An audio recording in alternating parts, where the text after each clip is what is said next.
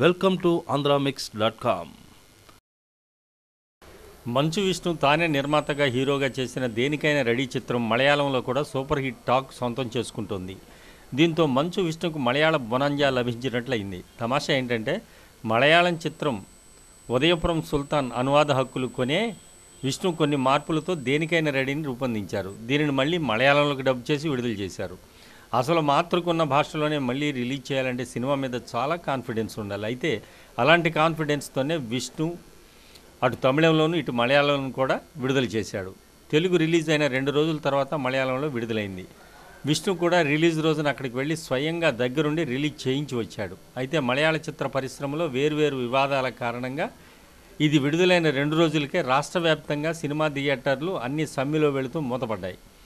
ఈ సమ్మె సుమారు 2 వారాల పాటు సాగింది. ఇప్పుడు థియేటర్లు తెరిచేలోగా దేనికైనా రెడీ చిత్రానికి జనంలో బాగా క్రేజ్ క్రియేట్ అయిపోయింది.